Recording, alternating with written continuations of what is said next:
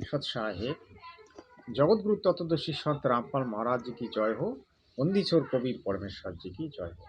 आज जो हम बात करने वाले हैं, बहुत ही महत्वपूर्ण बात। हम सब जन्म से लेकर आज 70, 80, 50, 30 जो भी जिसकी उम्र है, हम लोग किसी न किसी बीमारी से ग्रस्त हुए थे। डॉक्टर के पास गए, दवाई लिए, दवाई खाए, आराम भी मिला, स्वस्थ भी हो गया।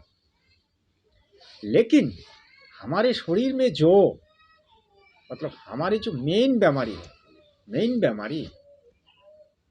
बीमारी क्या है आपको पता है क्या? जैसे आपकी बुखार हो गई, आपने दवाई ले ली, ठीक हो गया। लेकिन हम लोगों का जो मेन बीमारी है, जो बीमारी दवाई से ठीक नहीं होती, ये कौन सी बीमारी है? इस बीमारी के बारे में हम आज आप लोगों को जानकारी दें। मेरे सदगुरु रामपाल महाराज जी, जगतगुरु तत्वदर्शी संत रामपाल महाराज जी ने जो बताया, सबसे बड़ा जो बीमारी है, सबसे बड़ा जो रोग है, वो है जन्म मरण। इस जन्म मरण से बड़ा रोग और इस दुनिया में है ही नहीं। इस जन्म मरण का रोग जो 84 लाख जोनी है, इस 84 लाख जोनी से मुक्त होने के लिए सदगुरु रामपाल महाराज जी ने जो आज इस धरती पर अवतरित होकर जो ज्ञान दे रहा है, हम सबको उस ज्ञान को लेनी चाहिए। इस ज्ञान में वही मेडिसिन है, वही पावरफुल मेडिसिन है जो जन्म मरण रोग को काट सकते हैं। इस जन्म मरण रोग सबसे बड़ा रोग है। अब महाभारत पढ़ोगे तो महाभारत में युधिष्ठिर को धर्मराज युधिष्ठिर है और जो जमराज है, जमराज ने कोई क्वेश्चन किया था, तो सबसे बड़ा रोग कौन सा है? धर्मराज युधिष्ठिर ने बताया सबसे बड़ा रोग है ये जन्म मरण। जैसे मार्ग क्या है, यमराज ने धर्मराज युधिष्ठिर को क्वेश्चन किया, मार्ग क्या है? मार्ग किसको कहते हैं? मार्ग वो होते हैं जो हमारे महापुरुष ने जैसे कर्म करके गया, उन्होंने जो उपदेश दिया, उस उपदेश को मान के चलना, और उस महापुरुष ने जैसे कर्म किया उस कर्म को करना, ये होते हैं मार्ग। आज जो हम बात बताने वाले हैं, तो इस जन्म मरण जो रोग, इस जन्म मरण रोग से हम लोगों को कैसे छुटकारा मिलेगा? इस जन्म मरण का रोग हमेशा के लिए हम लोग कैसे काटेंगे?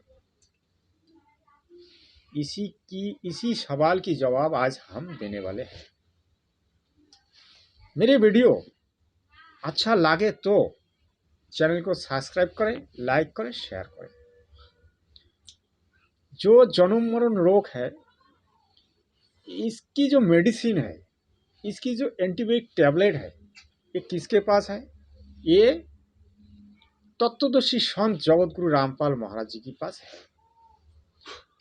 उन्होंने जो मंत्र देते हैं, उन्होंने जो उपदेश देते हैं, उस उपदेश को लेके और उस मंत्र को लेके अगर हम मर्यादा होके अगर हम पालन करेंगे तो हम लोगों का जन्म मरण रोग काट सकते हैं।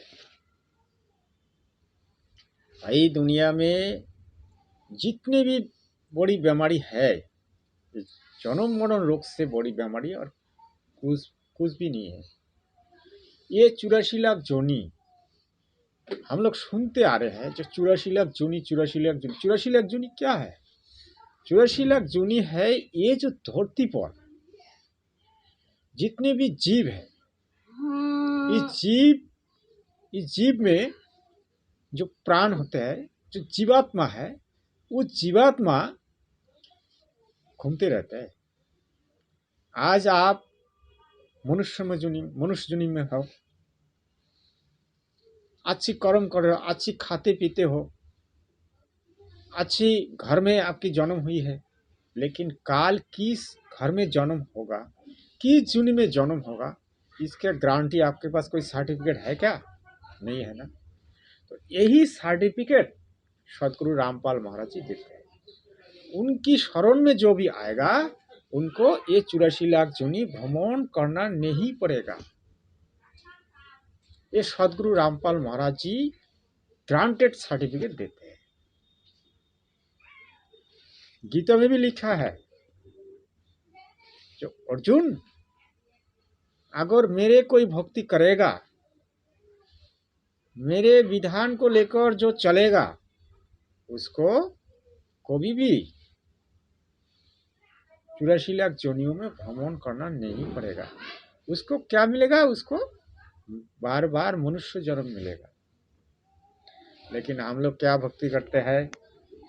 हम लोग भक्ति करते हैं, जो भी भक्ति करता है देवता की करते हैं, और जो पूजा करते हैं ये शास्त्र अनुकूल नहीं है। शास्त्र को विरोध साधना करते हैं, शास्त्र को विरोध हम लोग पूजा करते हैं। इसमें हम लोगों को कुछ भी फल नहीं मिलता है, उल्टा नुकसान ही नुकसान होता है। देखिए, कल मतलब 22 जनवरी को राम लाला की मंदिर की प्रतिष्ठा हुई थी, उसमें आग लग गई थी। जब मोदी जी ने उसमें जोत जला रहा था, उस टाइम आग लग गई थी। क्यों आग लगी? भाई आप लोग अगर शास्त्रों विरोध साधना करोगे, शास्त्र विरोध पूजा करोगे, तो उसमें तो आग लगेगा ही ना।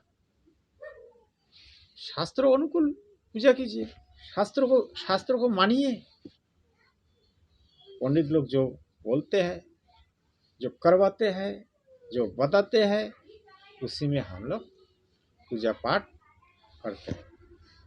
ये नहीं देखा कि हमारे सनातन धर्म शास्त्र में क्या लिखा है। आज हमारे आंखें हैं, 2 आंखें हैं, हम लोग पढ़ी लिखी है। 95% आदमी आज शिक्षित हो गया, फिर भी हम लोगों को चूतिया बनाते हैं। कौन? पंडित लोगों ने। आज देखो, शास्त्र खोल खोल के दिखा रहे हैं। सदगुरु रामपाल महाराज जी शास्त्रों खोल खोल के दिखा रहे हैं, और बहुत सारे उनके अनुयायी भी शास्त्रों खोल खोल के दिखा रहे हैं। फिर भी दूसरा जो पंडित लोग हैं, ये लोग मानने के लिए तैयारी नहीं है। ये लोग दूसरा शास्त्र दिखा रहे हैं। क्या दिखा रहे हैं? पुराण दिखा रहे हैं। भाई पुराण कोई शास्त्र थोड़ी है, क्योंकि इन लोगों को समाज में इन लोगों को बुरे फैलाना है। इन लोगों को बिजनेस करना है, नो टू बी बिजनेस। आदमी को सही भक्ति इन लोगों को देना नहीं है, सही पूजा विधि इन लोगों को बताना नहीं है, सिर्फ इनको रुपया कमाना है। क्योंकि जो सही भक्ति विधि है, जो सही पूजा है, शास्त्र अनुकूल पूजा में 1 रुपया के भी खर्चा नहीं है।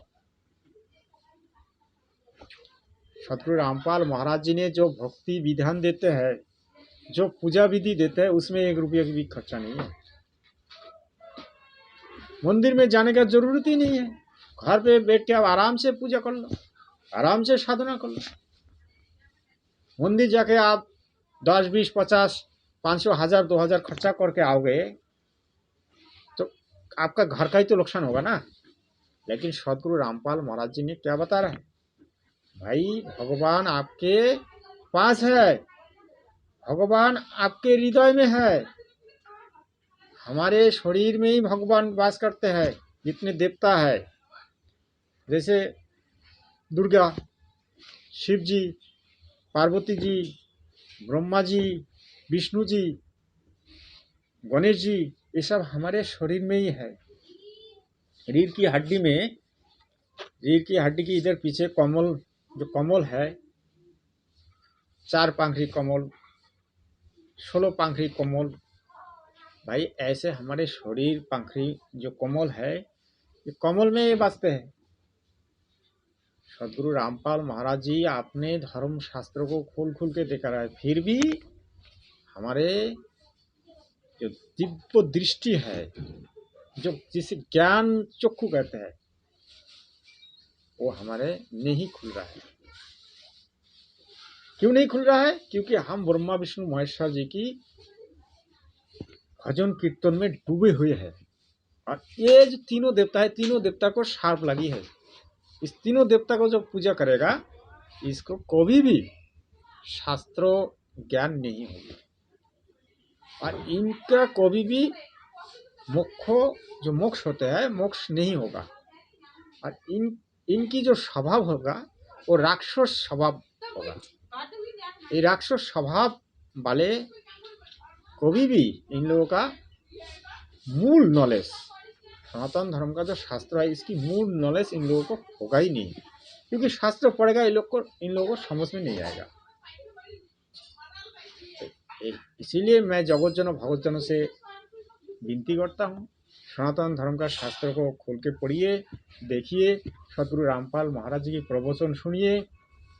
सदगुरु रामपाल महाराज जी क्या बता रहे हैं, ये सब प्रवचन सुन के आप लोग नज़दीकी नाम धाम सेंटर जाके आप लोग नाम दीक्षा ले लीजिए, आत्म कल्याण कीजिए। यही मेरा रिक्वेस्ट है। सत साहेब।